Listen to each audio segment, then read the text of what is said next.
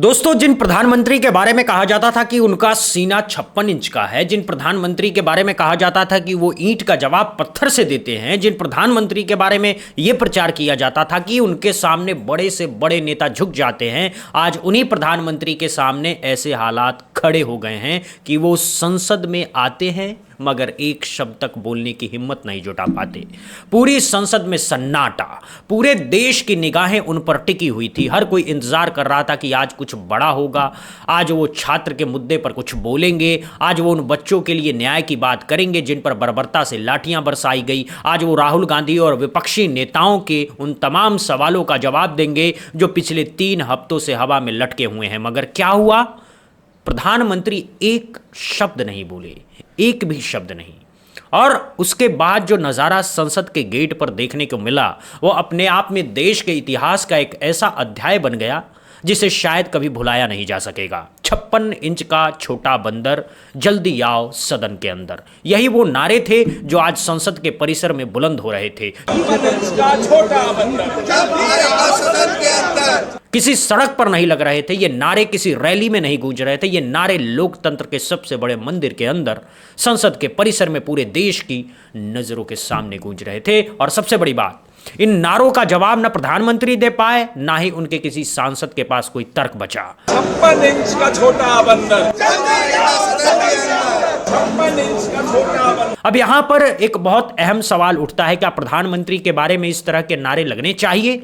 क्या ये लोकतंत्र की मर्यादा के अनुकूल है? क्या ये वो भाषा है जो देश के सर्वोच्च पद पर बैठे व्यक्ति के लिए इस्तेमाल की जानी चाहिए? मैं भी मानता हूं कि नहीं होनी चाहिए, ऐसी भाषा किसी के लिए भी नहीं होना चाहिए। मगर सवाल यह है कि इस घटिया राजनीति की शुरुआत आखिर की किसने थी? इस गंदगी को राजनीति में लाया किसने था? इस तरह की भाषा का इस्तेमाल शुरू किसने किया था? याद कीजिए आप लोग भी, पिछले 12 साल से राहुल गांधी को क्या क्या नहीं कहा गया। पप्पू कहा गया, मूर्ख कहा गया, अनपढ़ कहा गया, नौटंकीबाज कहा गया, शहजादा कहा गया। और ये सब कहने वाले कौन थे? ये सब कहने वाले भाजपा के छोटे मोटे कार्यकर्ता नहीं थे, ये सब कहने वाले खुद प्रधानमंत्री थे, गृह मंत्री थे, केंद्रीय मंत्री थे, बड़े बड़े प्रवक्ता थे। जो लोग आज संसद के अंदर के इस दृश्य पर ऐतराज जता रहे हैं, वही लोग पिछले 12 साल से लगातार विपक्ष के नेताओं को गाली देते आ रहे हैं। विपक्षी नेताओं को देशद्रोही कहा गया है, उन्हें पाकिस्तानी एजेंट कहा गया है, उन्हें टुकड़े टुकड़े गैंग कहा गया है, उन्हें अर्बन नक्सल कहा गया है। ये सब कहते हुए किसी की जुबान नहीं कांपी, किसी ने इस भाषा पर आपत्ति नहीं जताई, बल्कि ताली बजाई गई।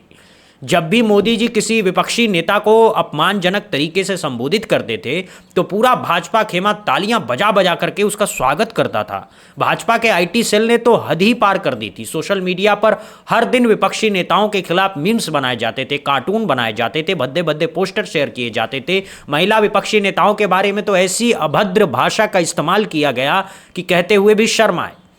तो जब इतने सालों तक ये गंदगी विपक्ष के ऊपर उड़ेली गई, अब जब वही दवाई विपक्ष ने भाजपा को चखानी शुरू की है तो इस पर ऐतराज कैसा? जब आप बीज बोते हैं तो फसल भी वैसी ही उगती है। 12 साल तक तो जो घटियापन आपने बोया, आज उसकी फसल आपके सामने खड़ी है।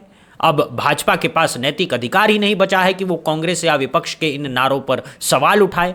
हालांकि मैं फिर से ये कहना चाहता हूं कि किसी भी पार्टी को ऐसी भाषा का इस्तेमाल नहीं करना चाहिए। देश के प्रधानमंत्री के लिए 56 इंच के बंदर जैसे नारे नहीं लगने चाहिए। ये लोकतंत्र की गरिमा के लिए ठीक नहीं है। मगर कांग्रेस का तर्क क्या है? कांग्रेस कह रही कि हमने ये नारे इसलिए लगाए क्योंकि प्रधानमंत्री संसद में जवाब देने से डर गए। कांग्रेस कह रही है कि छात्रों पर लाठीचार्ज क्यों हुआ, इसका जवाब प्रधानमंत्री ने नहीं दिया। कांग्रेस कह रही कि पेपर लीक वाला बिल पास हो गया मगर प्रधानमंत्री एक बार भी सदन में हाजिरी देने नहीं आए। इसीलिए जब प्रधानमंत्री और गृह मंत्री दोनों गायब रहे तो कांग्रेस ने आज ये नारा लगाया। और ये नारेबाजी अचानक नहीं हुई, इसके पीछे एक पूरी पृष्ठभूमि है। असल में मकर द्वार पर दोनों तरफ से नारेबाजी का कंपटीशन चल रहा था। उस तरफ भाजपा के सांसद मांग कर रहे थे कि राहुल गांधी झारखंड के मुद्दे पर जवाब दें, कांग्रेस पर सवाल उठा रहे थे। इस तरफ विपक्ष के सांसद चंदा चोरी को लेकर के, पेपर लीक को लेकर के, छात्रों पर बर्बरता को लेकर के नारेबाजी कर रहे थे। दोनों तरफ से जबरदस्त शोरगुल हो रहा था। और उसी दौरान अचानक पवन खेड़ा वहां आते हैं। पवन खेड़ा के हाथ में एक बंदर का खिलौना है और वो शुरू करते हैं बंदर वाले नारे। 56 इंच का छोटा बंदर, और सबसे मजेदार बात यह है कि उसी वक्त बगल से भाजपा के सांसद निकल रहे थे, उन्हें ये नारे साफ साफ सुनाई दे रहे थे, मगर किसी में भी हिम्मत नहीं थी कि वह आगे बढ़ करके विरोध कर सके। कोई नहीं टोक पाया, कोई नहीं रोक पाया, सब चुपचाप निकल गए। यह अपने आप में एक बहुत बड़ी बात है। भाजपा के पास संख्या बल तो ज़्यादा है, संसद में उनके सांसदों की संख्या विपक्ष से कहीं ज़्यादा है, मगर संसद में जो नारेबाजी का कंपटीशन हुआ उसमें कांग्रेस पूरी तरह से भारी पड़ती दिखाई दी।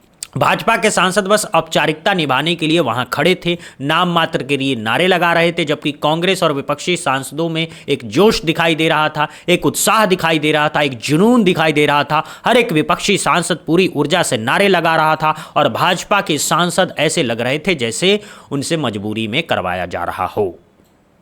जहां कांग्रेस से झारखंड के मुद्दे पर जवाब मांगा जा रहा था, वहीं जब ये 56 इंच वाले नारे लगते हैं तो क्या नज़ारा होता है, ये देखने लायक था। जब पवन खेड़ा और विपक्षी सांसदों के ये नारे कंगना रनौत के कानों तक पहुंचे तो कंगना भी भड़क जाती हैं। वो कहती हैं कि ये लोग नौटंकी कर रहे हैं, इनके पास मतलब के मुद्दे पर कोई जवाब नहीं है। दोनों तरफ से बयान बहुत ही महत्वपूर्ण है।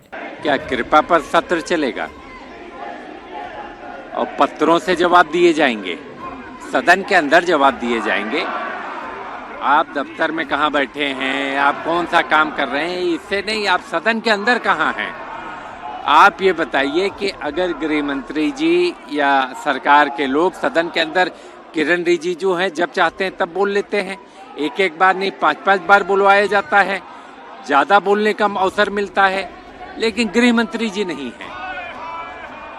लोग माफ़ी सुनना चाहते हैं कि माफ़ी कब इस देश के लोग, छात्र और जहाँ पर जो है चंदा चोरी हुई वहाँ के लोग माफ़ी चाहते हैं कि जिस तरीके का कृत्य किया गया जंतर मंतर पर, इसकी माफ़ी कब होगी। माफ़ी सदन के अंदर आए, जवाब दें, उनको कौन रोक रहा है।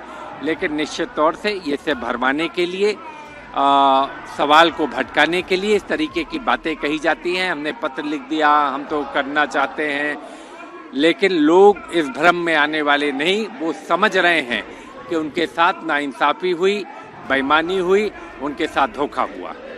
ये आरएसएस के लोग हैं, बीजेपी की मानसिकता के लोग हैं, और ये वही लोग हैं जिनका वर्ण व्यवस्था में विश्वास है।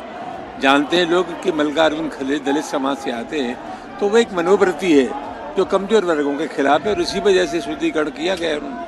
सर, जिस तरीके से लगातार डेडलॉक बना हुआ है, सत्ता पक्ष विपक्ष लगातार प्रदर्शन कर रहा है एक दूसरे के खिलाफ मकर द्वार पे, ये हालात किसने पैदा किए? यहाँ तक संसद चलाने का सवाल है, संसद चलाने की जिम्मेदारी दोनों पक्षों की है। जनजीवन से जुड़े हुए जो महत्वपूर्ण सवाल होते हैं, अगर सरकार का रवैया सकारात्मक नहीं होता तो संसद में व्यवधान पैदा होता है। कुल मिलाकर के आज जो संसद नहीं चली उसकी पूरी जिम्मेदारी सरकारी पक्ष की है। ये बहुत आपत्तिजनक है। इन्होंने तो यहाँ पूरा माहौल खराब करके रखा हुआ है, और जिस तरह से आप देख रहे हैं दिन ब दिन यहाँ पर माहौल बहुत ज़्यादा ख़राब होता जा रहा है। और राहुल गांधी जो हैं होम मिनिस्ट्री से क्वेश्चन पूछ रहे हैं, लेकिन कह रहे हैं होम मिनिस्ट्री को हम बात नहीं करने देंगे। ये किस तरह की बातें हैं? उनको कह रहे हैं चर्चा कीजिए, कहते हैं हमें जवाब नहीं चाहिए, हमें चर्चा चाहिए। फिर कहते हैं चर्चा कीजिए तो कहते हैं हमें चर्चा नहीं, जवाब चाहिए। ये बातों में उलझा रहे हैं। इसका मतलब इनके पास कोई मुद्दा नहीं है, विपक्ष के पास कोई मुद्दा नहीं है। डेवलपमेंट को लेकर, देश की उन्नति को लेकर, आर्थिक व्यवस्था को लेकर, डिफेंस को लेकर जब कोई मुद्दा नहीं रह गया है तो ये जो है अपने टेंट्रम दिखा रहे हैं यहाँ पर। मगर इस तर्क में एक बहुत बड़ा झोल है, एक बहुत बड़ी कमजोरी है, और वो झोल ये है कि विपक्ष का सवाल तो एकदम स्पष्ट है। विपक्ष के सवाल में कोई उलझन नहीं है। विपक्ष एक ही लाइन का सवाल पूछ रहा है, सिर्फ एक लाइन का सवाल, छात्रों पर लाठियां चार्ज का आदेश आखिर किसने दिया, बस इतना सा सवाल है। मगर इस एक लाइन के सवाल का जवाब देने की हिम्मत मोदी सरकार के किसी मंत्री में नहीं है। क्या यह जवाब गृह मंत्री को नहीं देना चाहिए था? दिल्ली पुलिस किसके अधीन आती है? गृह मंत्रालय के अधीन आती है। सीआरपीएफ किसके अधीन आती है? गृह मंत्रालय के अधीन आती है। जब पैलेट गन चलाई गई, जब कील लगी लाठियां चलाई गई, जब AK-47 का इस्तेमाल हुआ, जब महिलाओं के साथ अभद्रता हुई, तो इसका जवाब गृह मंत्री को ही देना है। मगर उन्होंने पूरे सत्र में एक बार भी सदन में आकर इसका जवाब नहीं दिया। क्या प्रधानमंत्री को इसका जवाब नहीं देना चाहिए था? जब देश की जनता के बच्चों पर लाठियां बरसाई जाती है, जब देश के छात्रों को खून से लथपथ किया जाता है, जब देश की महिलाओं के साथ बर्बरता होती है, तो क्या देश के प्रधानमंत्री की ये जिम्मेदारी नहीं बनती कि वो संसद में आकर के स्पष्टीकरण दे? मगर प्रधानमंत्री एक बार भी नहीं आए, एक बार भी नहीं बोले। अगर विपक्ष इस मुद्दे पर लगातार सवाल पूछ रहा है, अगर आखिरी दिन भी यही सवाल पूछा जा रहा है, तो क्या सरकार को इसका जवाब नहीं देना चाहिए? अगर सरकार जवाब नहीं दे रहा है तो ये कहना कि राहुल गांधी के पास मुद्दे नहीं हैं, ये कहाँ का इंसाफ है? राहुल गांधी देश के प्रधानमंत्री हैं या पीएम मोदी देश के प्रधानमंत्री हैं? ये सवाल पूछा जाना चाहिए। जब भी सरकार से कोई सवाल पूछा जाता है तो हर बार यही जवाब दिया जाता है कि राहुल गांधी क्या कर रहे हैं, कांग्रेस क्या कर रही है। भाई देश चला कौन रहा है, जिम्मेदारी किसकी है, जवाब किसे देना है, ये मूल सवाल है।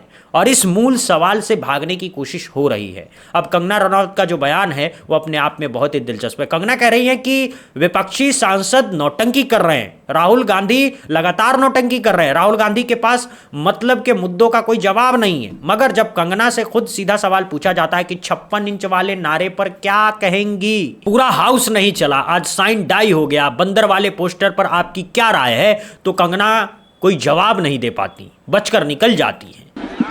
मैडम पूरा हाउस चल नहीं पाया, आज साइन डाई हो गया, क्या कहेंगे मैम? पूरा हाउस चल नहीं पाया, आज मंकी वाले पोस्टर तरीके से एक मिनट आरोप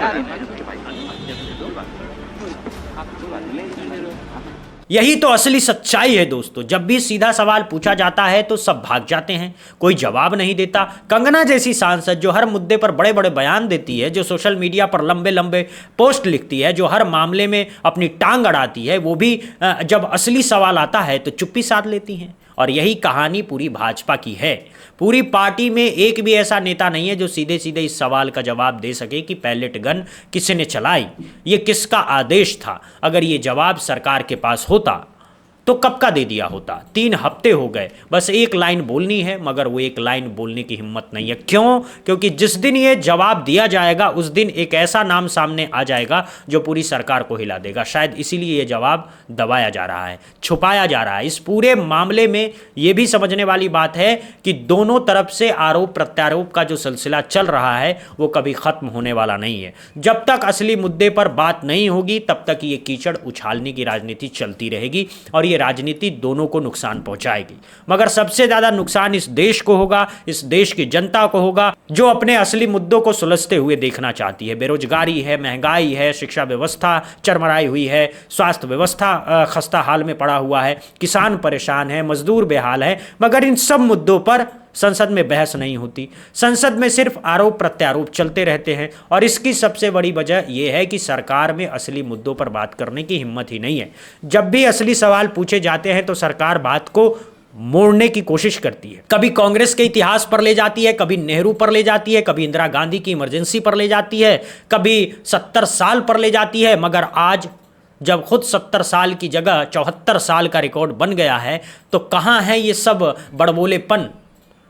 74 साल में पहली बार ऐसा हुआ है कि प्रधानमंत्री और गृहमंत्री दोनों पूरे सत्र में सदन में नहीं आए। ये रिकॉर्ड इनके नाम दर्ज हो चुका है, इसे कोई मिटा नहीं सकता है। और ये जो पूरा मंजर है ये भाजपा के लिए एक बहुत बड़ी चेतावनी है, क्योंकि जब जनता के बीच ये नारा पहुंचता है तो 56 इंच का छोटा बंदर, तो इसका असर बहुत गहरा होता है। ये नारा कोई साधारण नारा नहीं है, ये नारा उस पूरी छवि को तोड़ने वाला है जो पिछले 12 साल में बनाई गई थी। ये नारा उस पूरे तिलिस्म को खत्म करने वाला है जो व्हाट्सएप और गोदी मीडिया के जरिए खड़ा किया गया था। एक बार जब जनता के मन में ये छवि बैठ गई कि प्रधानमंत्री बड़बोले हैं, बहादुर नहीं हैं, सवालों से भागते हैं, तो फिर उन्हें दोबारा से खड़ा करना बहुत मुश्किल हो जाएगा। और ये छवि आज पूरी तरह से बैठ चुकी है।